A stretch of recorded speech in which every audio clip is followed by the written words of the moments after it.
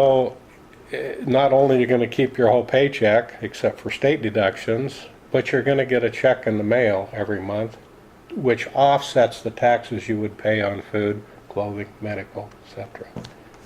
Well, that's an interesting concept. What that does is two things. Number one, it means that anybody at or below the poverty level is effectively paying no taxes at all. And number two, it makes it very progressive tax. In the sense that people of middle income, after they take out that prebate, their effective tax rate is going to be less. And not until you get to very high levels of income does the effective tax rate actually reach the 23%. And not only that, Jim, but if you buy used products or second-hand products, there is no sales tax. Used or secondhand? You only pay the first time on a new retail product. For the poorer folks, they get the prebate because it's paid at the beginning of the month before they go spend the money. Correct. What about rent? Apartments, rent.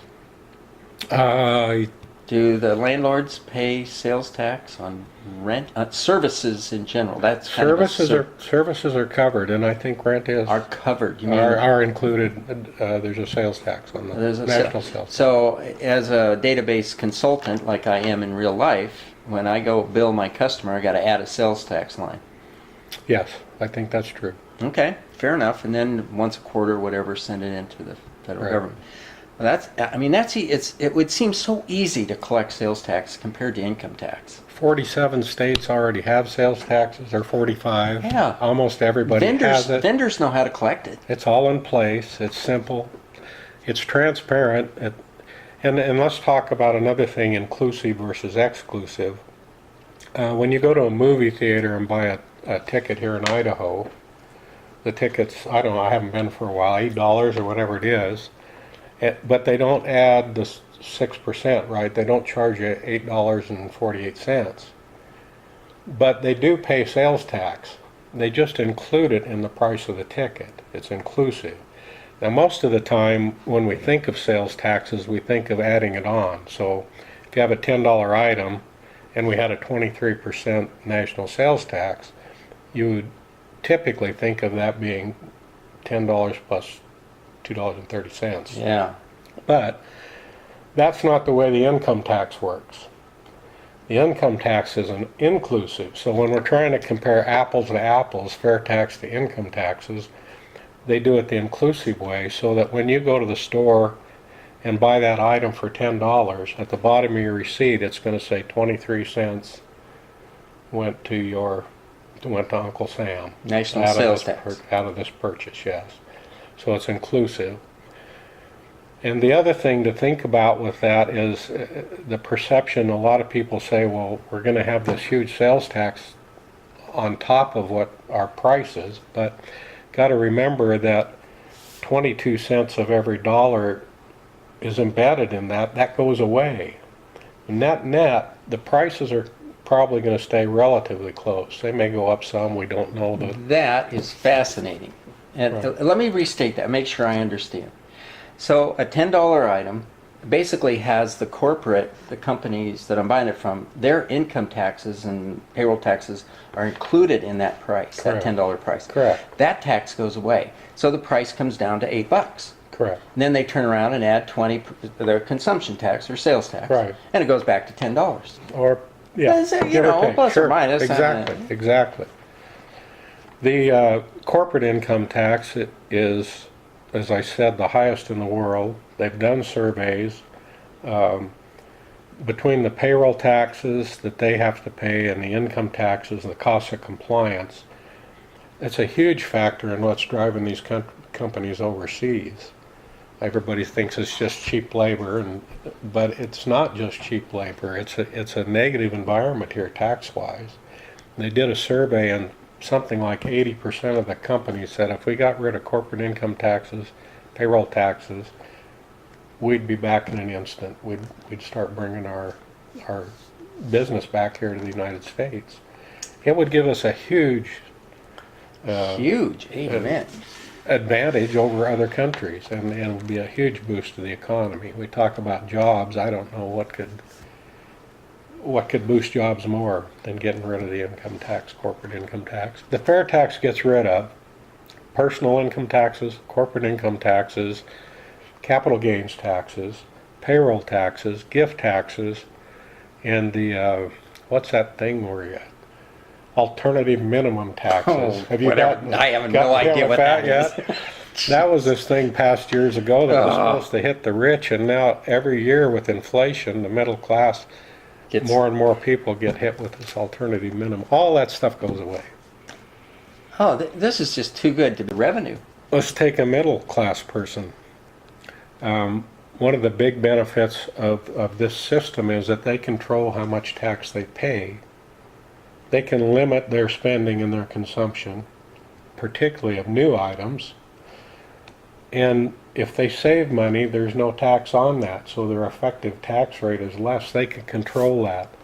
The flip side of that coin is it encourages savings, which, again, a whole nother talk about the debt and the mess we're in our national debt and consumer debt.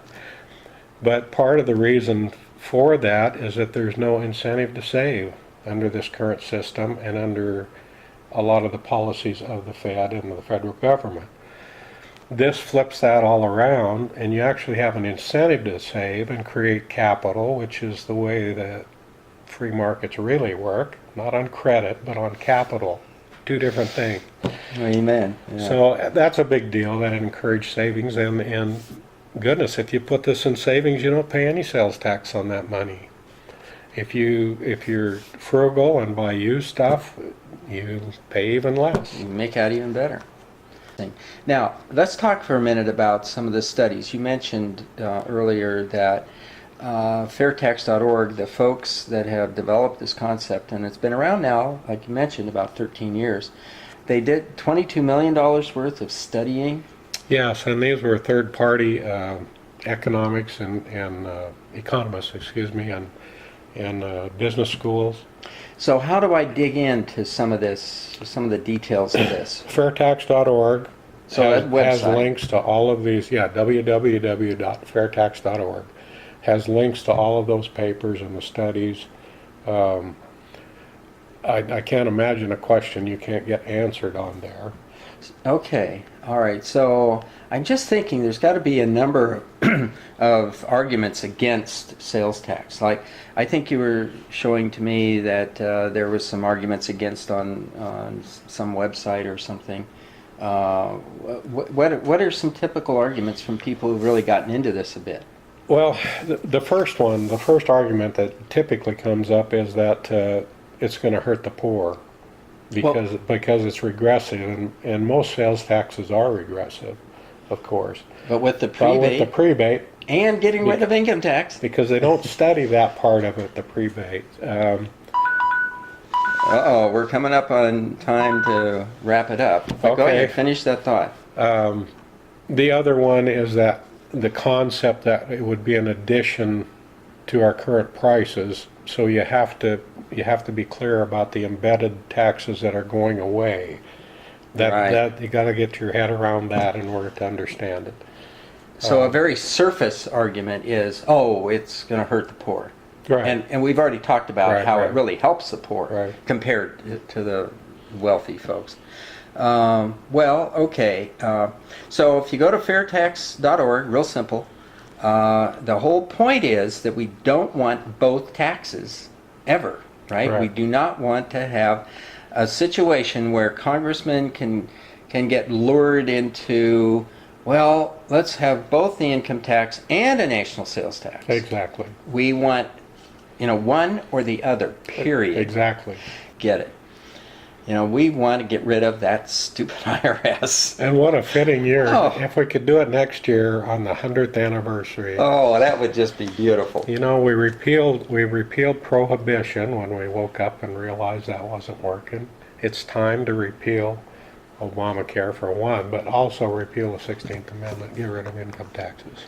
Yeah, and the Founding Fathers, boy, I'm telling you, talk about intelligent folks. I thought they were kind of maybe not so smart, because after all, they didn't have electricity and internal combustion engines and so forth. And I thought, well, how could anybody be smart without electricity and cars and so forth? And I'm finding out that they had time, and they didn't have television, obviously. Right. They had time to really think things through. Think, read, study. Yeah, they were immensely intelligent. And this thing we've lost a long time ago called common sense, Jim.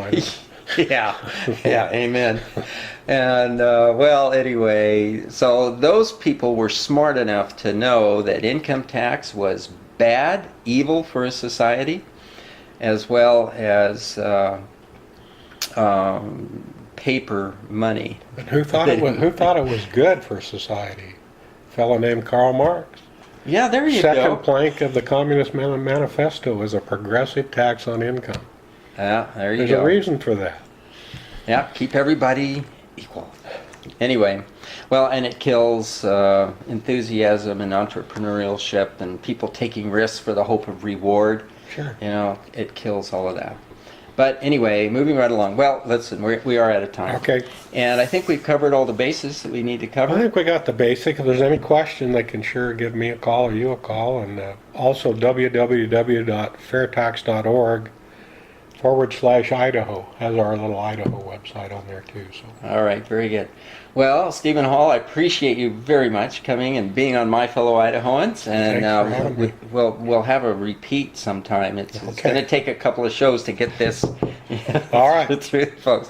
Well, thanks for watching. This has been My Fellow Idahoans. I'm Jim Thomas, the producer and host of today's show, and we've had Stephen Hall, who is a wonderful volunteer trying to help us get rid of income tax, the 16th Amendment to our Constitution. Good night. Take care.